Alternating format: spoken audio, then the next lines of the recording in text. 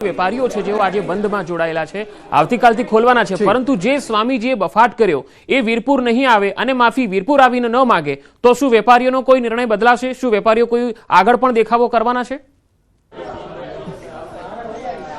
ચોક્કસ પંકજ, આ મામલે આપણે વેપારી અગ્રણીઓ સાથે વાતચીત કરી છે.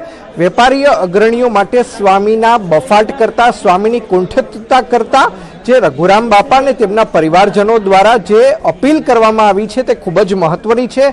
વીરપુર એક એવું ધામ રહ્યું છે, વીરપુર એક એવી ગાદી રહી છે કે જે અત્યાર સુધી ક્યારેય પણ વિવાદમાં સપડાઈ નથી, કારણ કે સૌરાષ્ટ્રનું આ એક એવું મંદિર છે કે જ્યાં એક પણ નયો પૈસો છે તે ભક્તજનો પાસેથી લેવામાં નથી આવતો. ને 365 દિવસ, હું આપને દ્રશ્યો પણ બતાવવાનો પ્રયત્ન કરીશ કે 365 દિવસ બાપાનો જે રસોડું છે તે ધમધમે છે. ને અહીંયા મહાપ્રસાદ છે તે લોકોને આપવામાં આવે છે. કોઈ પણ નાત જાત જોયા વગર અહીંયા જે બાપાને જે ભક્તો આવે છે તેમને પ્રસાદ આપવામાં આવે છે. કોરોના કાળની અંદર પણ અહીંયા મહાપ્રસાદના દ્વાર છે, બાપાના દ્વાર છે તે ખુલ્લા રહ્યા હતા. વેપારીઓનું પણ કહેવું છે કે અમને જે પ્રમાણે બાપા પરિવાર દ્વારા કહેવામાં આવ્યું છે કે સ્વામી છે તે અહીં આવીને માફી માંગી જશે, પરંતુ કોઈ પણ ભક્તજનોને કોઈ પણ પ્રકારની તકલીફ ન પડે તેટલા માટે વેપાર ધંધા રોજગાર છે જે શરૂ કરી દેવામાં આવે.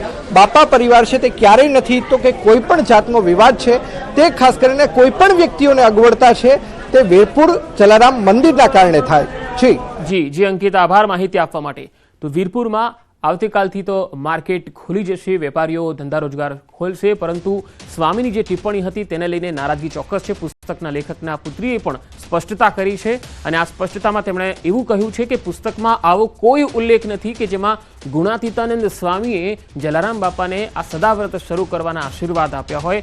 અને પુસ્તકના લેખકના જે પુત્રીએ સ્પષ્ટતા કરી છે, કારણ કે જેણે આ પુસ્તક લખ્યું છે તેમના જ એ પુત્રી છે અને તેમણે જ આ વાત કહી છે.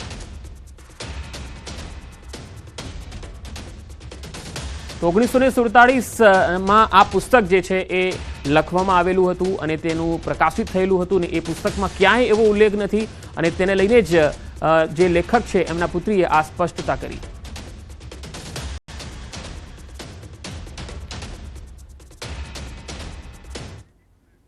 રાજકોટ શહેરમાં આગની વધુ એક ઘટના સામે આવી. 150 ફૂટ રિંગ રોડ પર હોસ્પિટલ નજીક આગ લાગી. અયોધ્યા ચોક પાસે આવેલ HCG હોસ્પિટલ સામે પ્લોટમાં આગ લાગી. આગ લાગતા ફાયર વિભાગે આગ પર કાબુ મેળવવા પ્રયત્નો હાથ ધર્યા. સદનસીબે ઘટનામાં કોઈ જાનહાનિ થઈ નથી.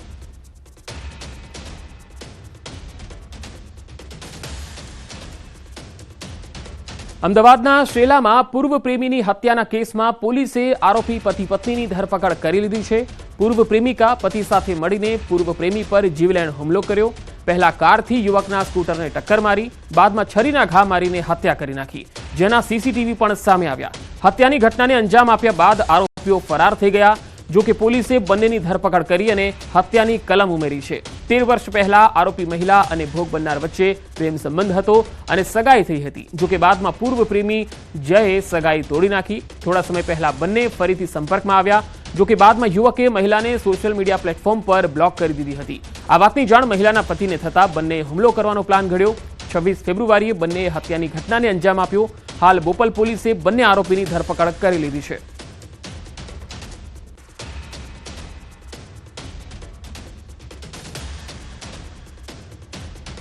જે રિંકુ જે છે જે એની એક્સ મંગેતર હતી એ છરીના એને ઉપર ઘા કર્યા હતા.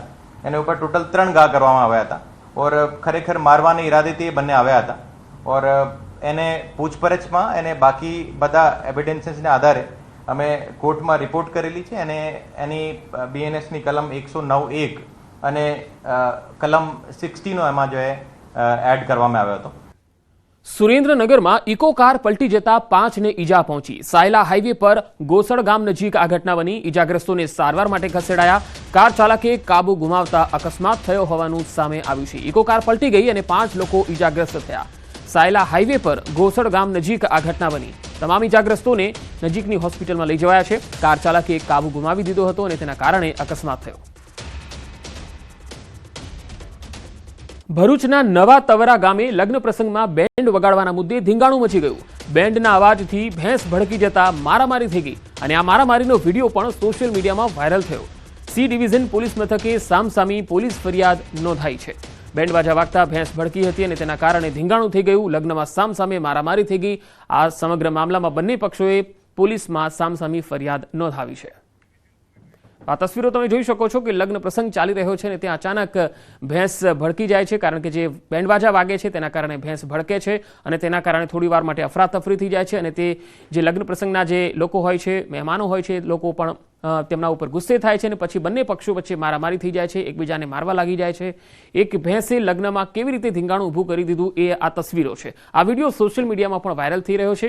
એવું કહી શકાય કે એક લગ્નમાં ભેંસ વિલન બની ગઈ.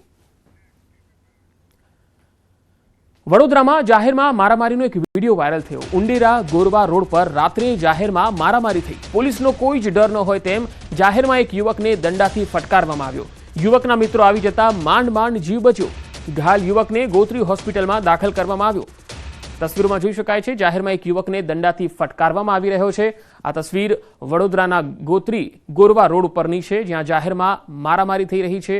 કોઈ જ કાયદાનો ખોફ નહીં, પોલીસનો ખોફ નહીં અને એક અસામાજિક તત્વો જેમ રસ્તામાં રઝળતા હોય છે દારૂ પીને, એ જ પ્રકારની છાકટી વૃત્તિમાં આ જે યુવકો દેખાઈ રહ્યા છે અને બેફામ મારામારી કરી રહ્યા છે.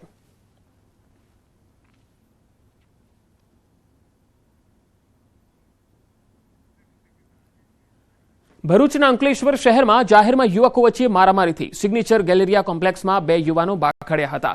યુવકો વચ્ચે છૂટા હાથની મારામારીનો વિડીયો વાયરલ થયો, જેમાં જોઈ શકાય છે કે બે યુવાનો મળીને અન્ય એક યુવાનની પિટાઈ કરી રહ્યા છે. અગાઉ પણ સિગ્નેચર ગેલેરિયા કોમ્પ્લેક્સમાં મારામારીના દ્રશ્યો સામે આવ્યા હતા.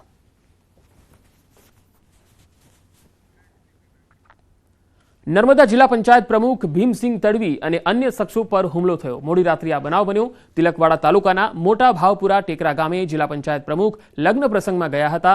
લગ્ન પ્રસંગમાં કોઈ કારણોસર યુવાનો વચ્ચે માથાકૂટ થઈ, જેમાં જિલ્લા પંચાયત પ્રમુખ છોડાવવા વચ્ચે પડ્યા. પ્રમુખ વચ્ચે પડતા તેમની અદાવત રાખીને આ હુમલો થયો એવો આક્ષેપ થઈ રહ્યો છે. જિલ્લા પંચાયત પ્રમુખ ઇજાગ્રસ્ત થતા ડભોઈ ખાતે સારવાર માટે લઈ જવાયા. આ ઘટનાની હજુ સુધી પોલીસ ફરિયાદ નોંધાઈ નથી. વરરાજાની ગાડીને પણ નુકસાન પહોંચાડવામાં આવ્યું.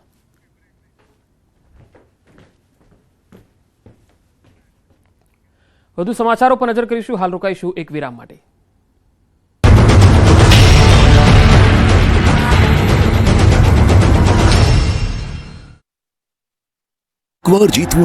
સ્વામિનારાયણના વધુ એક સ્વામીએ બફાટ કર્યો. ગુણાતીત સ્વામીના આશીર્વાદના કારણે 200 વર્ષથી વીરપુર જલારામ ધામમાં સદાવ્રત ચાલતું હોવાનો દાવો કરીને આ સ્વામીએ વિવાદમાં ફસાયા. આ સ્વામીએ જલારામ બાપાએ આશીર્વાદ લીધાનો દાવો કરી નાખ્યો. ગુણાતીત સ્વામી પાસે આશીર્વાદ લીધાનો દાવો કર્યો. સુરતના અમરોલી ખાતે સ્વામિનારાયણના સંતે સભામાં વિવાદિત પ્રવચન આપ્યું, જેના કારણે જલારામ બાપાના ભક્તોમાં રોષની લાગણી જોવા મળી. હિન્દુ સનાતન ધર્મના સંતો પણ લાલઘૂમ થયા. રાજકોટમાં પણ વિરોધનો વંટોળ ઉઠ્યો છે. જ્ઞાન પ્રકાશ સ્વામી દ્વારા કરવામાં આવેલી ટિપ્પણીને લઈને રઘુવંશી સમાજ લાલઘૂમ થયો, તો યાત્રાધામ વીરપુરમાં પણ